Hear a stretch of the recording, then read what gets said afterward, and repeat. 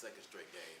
I think 91 points between those three. What's it like watching them get in that kind of groove and have that kind of performance? Yeah, honestly, I don't want to talk about the offense. I want to talk about how they competed together defensively.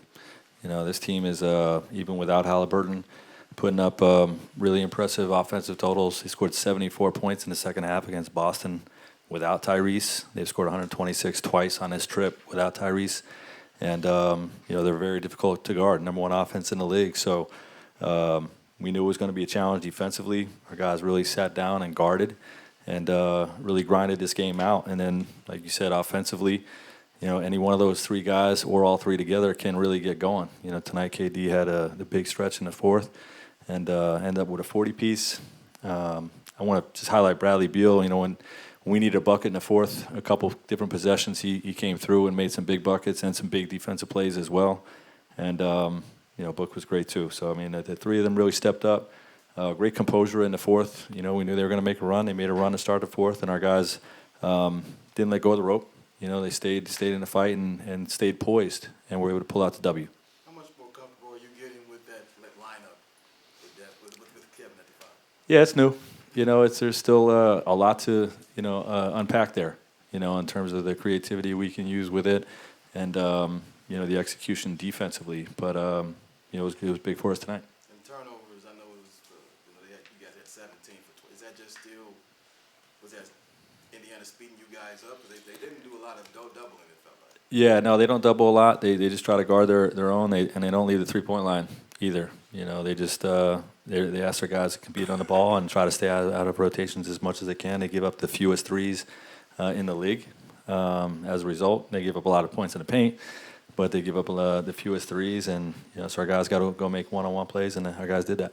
In those late screening actions with Grayson, how'd you like the execution from him, Book, and Bradley to keep getting a good look out of it? Yeah, great. I think there was still some cutting that we can do to open up some more space, but Grayson was able to get through on some of those pick and pop redrives, get some great looks for us.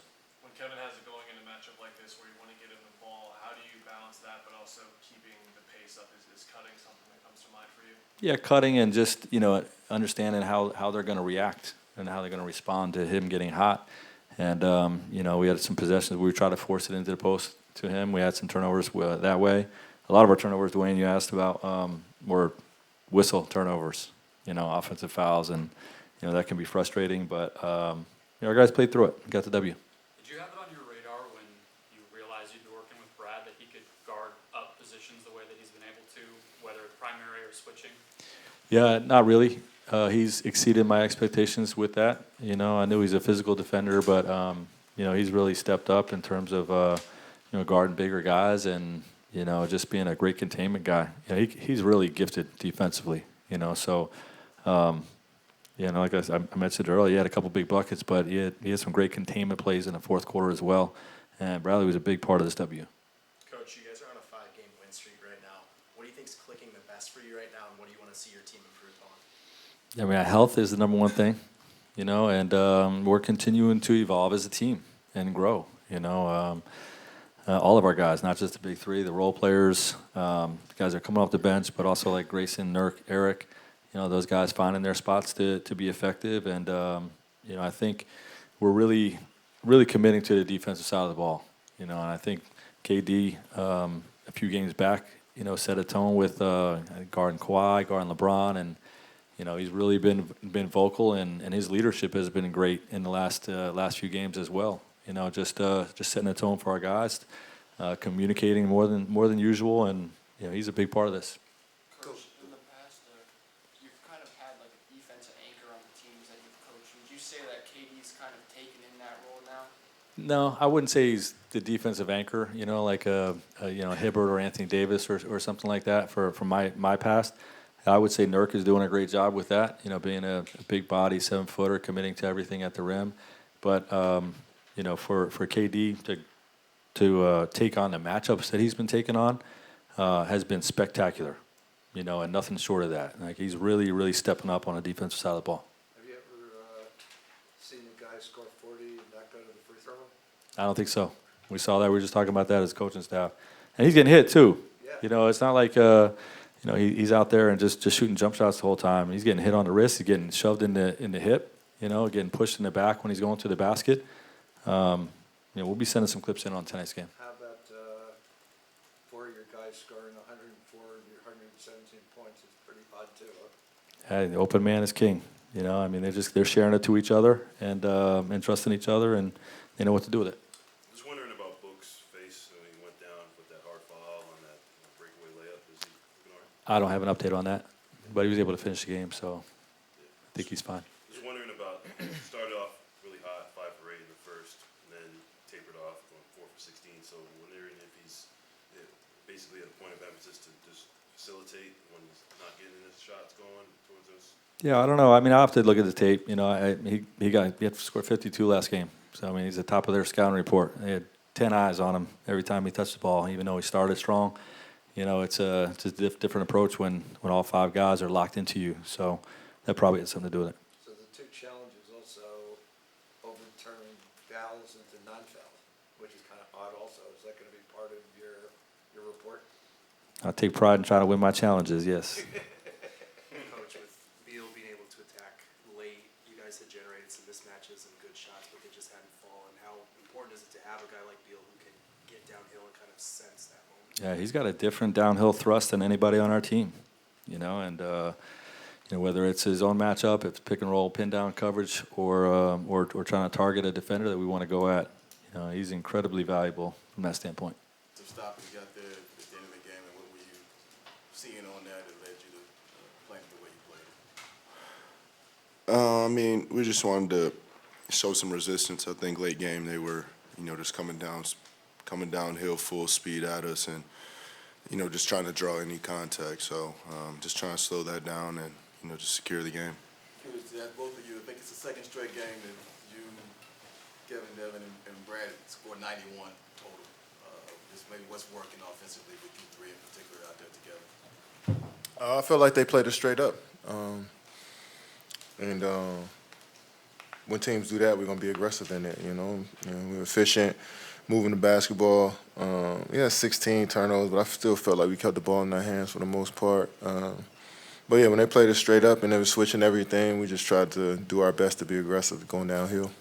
Devin, have you ever seen a player score 40 without giving a free throw? I have not. I was, you know, just seeing that. Super impressive. But at the same time, doesn't surprise me. You know, the efficiency is on a whole nother level. The coach was saying that they plan on sending some clips in to the NBA because he felt like Kevin was getting fouled. Maybe Kevin, how were you able to play through some of that contact and still? I wouldn't say it tonight was one of those nights. I mean, you can send clips in every night on behalf of your team, but it is what it is. I think that's a physical team we're playing against. There's going to be calls that may be missed. There's going to be physicality that may not be seen, but that's just part of the game. And I just like how we kept our poise in the fourth when they made a run, and we was able to get over that hump. Kevin, it was 6 straight trips you guys scored on. How did you like the execution from Brad and Devin finding those switches with Grayson you guys wanted? Yeah, I mean, they're unstoppable getting to their spots, and if we can, you know, give them space to get downhill to make plays, that just makes our team even more dynamic. So, you know, when they both got it going, it's just unpredictable, and then you can add me in there as an initiator as well. So, just unpredictable attack, and I think that's going to make us a great team. Look, it was a couple misses for Kevin, a couple misses for you, but then there's Brad. You can just put on the ball. What kind of luxury is that having a third guy like that? Yeah, it's the definition of pick your poison. And, you know, all of us coming in with the aggressive mindset, you know, it's gonna be tough to stop, as you've seen late game, especially with the spacing out there. You know, I always talk about the spacing for us, open up those driving lanes, and, you know, just get easy ones at the rim. To your point about the spacing, you guys have been able to close 2 of the last 3 with that small ball look with Kevin at the 5. How do you like having 5 shooters out there to make things even more unpredictable? Yeah, I love it. You know, like you said, it opens the driving lanes, and usually it takes away the rim protection because, you know, if they help, they understand that they have a shooter on the backside. And, you know, we've been doing a good job of one-moreing it and just playing for the next man, the good to great pass, and, you know, we're just getting a lot of open looks. Kevin, for you has been a deadly action wherever you played. What is it about those type of actions that you enjoy? I enjoy that the defender doesn't want to just easily switch out on me, so that little confusion causes us to get a slip or a roll to the rim, and they might even get us a backside three. So I just like the confusion it causes, and it makes the opposing team, coaching staff think about their approach to that play. So as much as we can confuse the other team and mess up their game plan a bit on the defensive side of the ball, we want to do that. So that's a unique pairing, having guys screen for me up top, and they roll to the rim as guards. But if they're going to double and leave guys in the middle of the paint, then we can pretty much get everything we want. Kevin, Coach said that he noticed you set the tone a few games back on the defensive side of the ball. Your leadership has been great in that department. Where have you maybe seen that bleed down throughout the team, or where have you seen perhaps growth on the defensive side of the ball for this team? I really believe after that Clipper game, we all just made a conscious effort of just playing harder. And it may look like it was just me because I was guarding some of the marquee guys around that time, but I think we all made a conscious decision to just play harder, play more physical, get up into the ball a little bit more, just make life tougher for the opposing team. And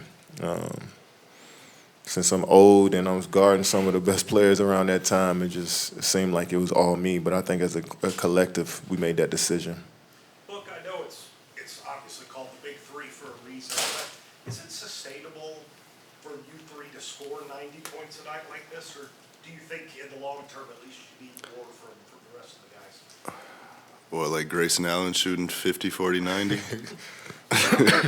or Nurk making every play and setting the screens for us? Like, you said before we did?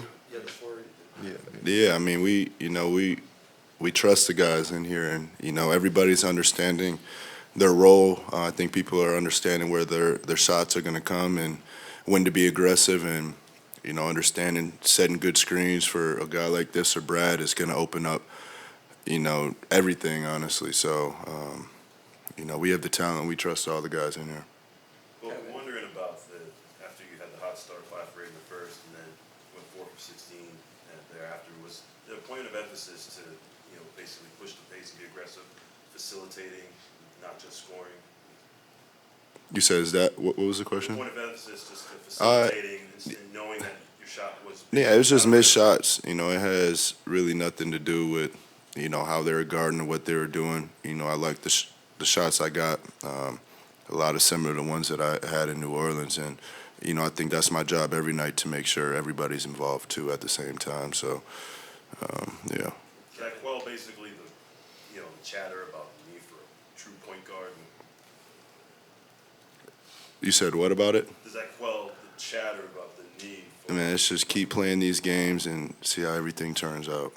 Kevin, in the final 6 minutes of the game, you guys only allowed 8 points. What did you like about your team's execution down the stretch?